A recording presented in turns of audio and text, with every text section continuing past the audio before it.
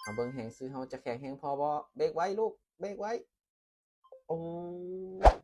EP ที่8ในการแชร์เทคนิคการนำใช้ Indicator Super Trend ตัวนี้บวกกับการบริหารการเดินเงินตัวนี้เนาะในการสร้างกำไรจากตลาดเบียร์เทรดเนาะมือนี้เทรดในคอมพิวเตอร์คือเก่าเนาะเดี๋ยวเราเข้าสู่การเทรดตัวจริงเลยตอนนี้เราเข้ามาอยู่หน้ากระดานเทรดของ BX Trade เนาะวิธีเอา Indicator ออกมาคือเก่าเนาะคลิกเข้าไปที่ตัวนี้ FX Indicator อ่าแล้วเลือกเข้ามาที่ Super Trend นี่เลยปึ๊บเนาะบ่ตอนนี้เนาะ Indicator เราเปลี่ยนจากสัญญาณขายเนาะกลับมาเป็นสัญญาณซื้อแล้วเนาะซึ่งในรอบนี้เนาะสิพรจะใช้กราฟของ Bitcoin ในการเทรดเนาะ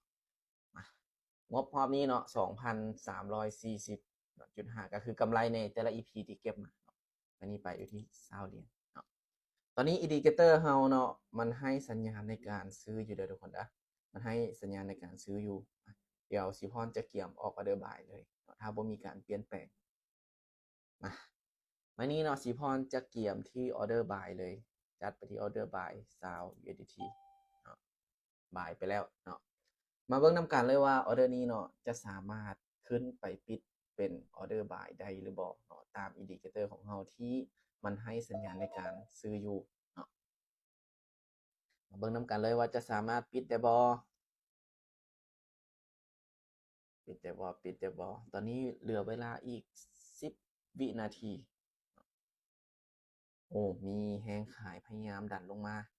มาเบิ่งแฮงซื้อเฮาจะแข็งแฮงพอบ่เบรกไว้ลูกเบรกไว้โอ้ลงวิสุดท้ายเนาะบ่เป็นหยังเนาะเรายังมีโอกาสอีก4ครั้งเนาะมื้อนี้สิพรจะคูณมาเป็น40เนาะมื้อนี้สิพรจะคูณมาเป็น40เนาะตอนนี้อินดิเคเตอร์เรายังให้สัญญาณในการซื้ออยู่เด้อทุกคนนะสิพรจะเกี่ยมบายอีกรอบนึงเนาะเพราะว่าตอนที่สิพรสังเกตตลาดเนาะตอนนี้มันงามอยู่เนาะแต่มันมาเปลี่ยนแปลงตอนนี้บ่เป็นหยังเนาะมื้อนี้จัดไปที่ออร์เดอร์บายอีกรอบนึงเนาะพอดีตอนที่ตอนนี้อินดิเคเตอร์มันเปลี่ยนสัญญาณแล้วเด้อทุกคนเด้อมันเปลี่ยนเป็นสัญญาณขายละแต่ว่าเราออกไปก่อนละบ่เป็นหยังเนาะมื้อนี้ถ้าพลาดอีกเราก็คูณเงินไปอีกเนาะเรายังเหลือโอกาสอีก3ครั้งเนาะถ้ามื้อนี้สามารถขึ้นได้ก็ถือว่าโอเคเนาะอ่ายังมีโอกาสอยู่นะทุกคนเนาะมีโอกาสอยู่ที่จริงคันเข้าตอนนี้นี่งามเลยนะทุกคนเนาะเป็นเทรนแบบงามๆเลยเนาะพอตอนนี้ยักษ์สลับละอ่าลงมาซ้ำลงมาซ้ำเป็น EP แรกเนาะที่เราพลาด2ออเดอร์ติดกันเนาะแต่ว่าบ่เป็นหยังเนาะมื้อนี้สิพรจะคูณมาเป็น90นะทุกคนจะคูณมาเป็น90เด้อเดินตามระเบียบเนาะมาไม้ที่3ของเราจะสามารถกลับมามีกำไรได้บ่เนาะอันนี้ไปที่90เหรียญเนาะอินดิเคเตอร์เราตอนนี้ให้สัญญาณขายเนาะมื้อนี้ตามอินดิเคเตอร์เราเลยเนาะเราจะบ่สวนกันเด็ดขาดเนาะมื้อนี้จัดไปที่ออเดอร์ขายเนาะออเดอร์ขายอยู่ที่อ่า90เหรียญเนาะมาเบิ่งนำกันเลยว่าออเดอร์นี้จะสามารถลงมาได้บ่เนาะคันว่าลงบ่ได้อีกก็จำเป็นต้องได้คูณเป็นไม้ที่4เนาะ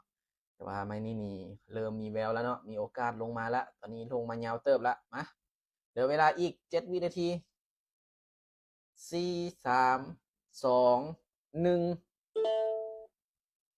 โอเคมื้อนี้เราวินเนาะหรือว่าอัตราชนะเราก็ยังบ่พลาดเกิน5ออเดอร์ที่เราได้วางไว้เนาะเดี๋ยวไปเบิ่งประวัติกันเลยเนาะประวัติการเทรดในมื้อนี้เนาะปิ๊บโอ้มื้อนี้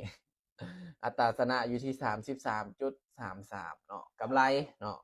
อัตราชนะอาจจะบ่สูงแต่ว่ามื้อนี้เรามีกำไรเนาะทุกคนเนาะ25.5หรือประมาณ5เซนต์ปลายเนาะทุกคนเนาะ5เซนต์ปลายกำไรมามื้อนี้ออกออเดอร์ไปรวมกันอยู่ที่150เนาะปริมาณการเทรดเนาะอันนี้จะเป็น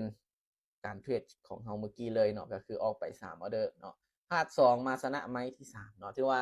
เรายังมีอัตราชนะที่ค่อนข้างโอเคเนาะบ่พลาดเกิน3เนาะเดี๋ยวเรามาเบิ่งประวัติในระยะ7หรือว่า8 EP กับ EP นี้เนาะที่เราทำกำไรมาว่าเราได้กำไรเท่าไหร่แล้วเนาะตัวนี้ต้องได้ปรับแต่งแล้วเนาะเพราะว่ามันผ่านมากาย7มื้อแล้วเนาะเราเริ่มเทรดตั้งแต่วันที่25เนาะเราจะเลือกไปที่วันที่25ปึ๊บเนาะปัจจุบันเลยวันที่2เนาะแล้วคลิกค้นหา ถือว่าอัตราชนะเฮาเนาะจาก 80%เนาะลดลงมาแบบหลายเติบเนาะเพราะว่าเฮาผ่านเมื่อกี้2ใหม่เนาะเหลือ 69.23 เนาะอัตราชนะนี้อาจจะบ่ส่งผลปานใดเนาะเพราะว่าเฮาเน้นที่การบริหารแล้วให้เกิดกำไรให้มีกำไรก็พอเนาะทุกคนเนาะถือว่าเฮากำไรภายใน8 EP เนาะอยู่ที่